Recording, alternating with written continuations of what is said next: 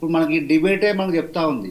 ఉమ్, ఈరోజు అధికార పక్షం ఏం మాట్లాడుతా ఉంది, ప్రతిపక్షం ఏం మాట్లాడుతా ఉంది. ఉమ్, అధికార పక్షం ఏమో మేము జూబ్లీహిల్స్ లో గెలిచిన ఈ ఊపుతో స్థానిక సంస్థలు కొట్టేయాలని చెప్పి అధికార పక్షం తాపత్రయపడుతుంటే, ఉమ్, ప్రతిపక్షం ఏమంటా ఉంది, వాళ్ళు తప్పులు చేసిరు మమ్మల్ని గెలిపించాలని చెప్పి మాట్లాడుతుంది తప్ప ఉమ్, ఈ అధికార పక్షం మాట్లాడలేదు, ప్రతిపక్షం మాట్లాడలేదు బీసీల గురించి.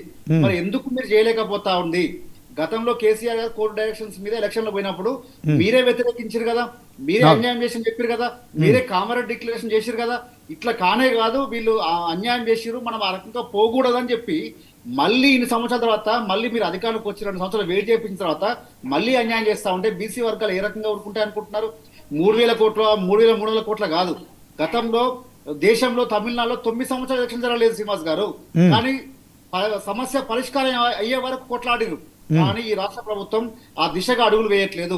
ఎందుకు కేంద్ర ప్రభుత్వం మీద ఒత్తిడి తీసుకురాలేకపోతా ఉంది? ఈరోజు బీసీ వర్గాలు మొత్తం రోడ్ల మీద ఉన్నాయి, ధర్నాలు చేస్తా ఉన్నారు, రాస్తారోకాలు చేస్తా ఉన్నారు, బంద్లు నిర్వహిస్తా ఉన్నారు.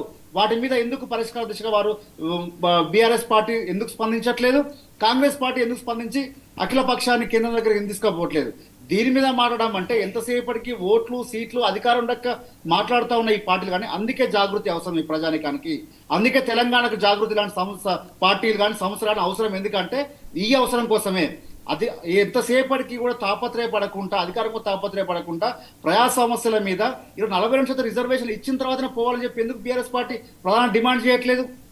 ఎందుకు మాట్లాడలేదు చెప్పండి? అంటే బీసీల మీద మీకు ఉన్నటువంటి వైఖరిని చెప్పండి. అదే రకంగా మీరు 42% రిజర్వేషన్లు ఇస్తాము 6 నెలలు ఇస్తాన్నారు కదా, 2 సంవత్సరాలు అయింది అంటే 4 టైమ్స్ ఎక్స్ట్రా అయింది. 6 నెలల సమయాన్ని 2 సంవత్సరాల వరకు కూడా చేసి మళ్ళీ నరేష్ గారు మాట్లాడిన తర్వాత జాగృతి మొన్న ఫస్ట్ మీరు మొత్తం క్లోజ్ చేసుకున్నారు. అయితే నరేష్ గారు మొత్తం బంద్ చేసిపోయింది, మీరు ఎవరు కనబడలేదు. అప్పుడు దుకాణం బంద్ చేసినప్పుడు మీరు ఎవరు మాట్లాడలేదు, మీరు ఎవరు ఎక్కడ కనబడలేదు. బరాబర్ బంద్ చేసిపోయింది కదా. జైలుకి పోయే ముందు జాగృతి మొత్తం సంస్థ మొత్తం బంద్ చేసింది, ఓపెన్ గా బంద్ చేసి. నేను చాలా మాట్లాడతా. రామూర్తి గారు ఒక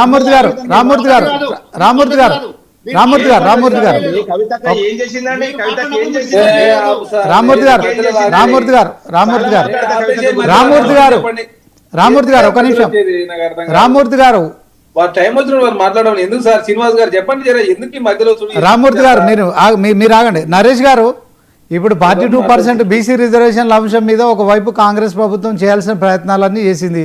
దాంట్లో తెలంగాణ జాగృతి నుంచి కవిత గారు కూడా మరి బీసీ ఉద్యమాన్ని ఎత్తుకున్నారు. సో అందరు కూడా బీసీలకు 42% రిజర్వేషన్ రావాలని కొట్లాడుతున్నారు. కానీ ఇప్పుడు తెలంగాణలో గ్రామ పంచాయతీ ఎన్నికల్లో జాగృతి ఏం చేయబోతుందో అది చెప్పండి. నేనేమంటానంటే ఎలక్షన్ ఆహ్వానించదు ఎక్కడదండి, ఆహ్వానిస్తే కదా మనం చేసేది. బీసీ సమాజం ఆహ్వానించట్లేదు, ఎస్సీ ఎస్టీ మైనార్టీలో ఆహ్వానించట్లేరు.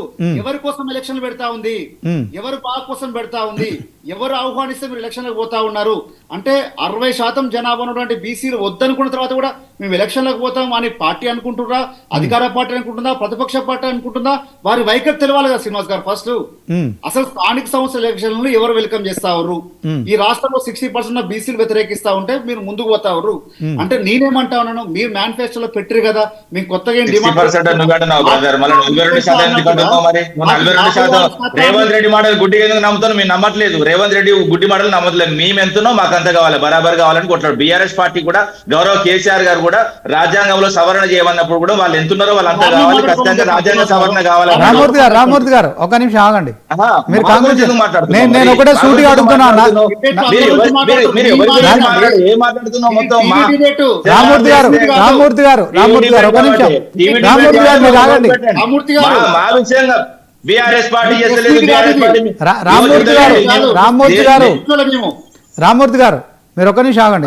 నరేష్ గారు ప్రెస్ మీట్ పెట్టుకోండి. 100 మగలతో ఎందుకు మాట్లాడిస్తారండి? 100 మగలతో ఎందుకు మాట్లాడిస్తారు?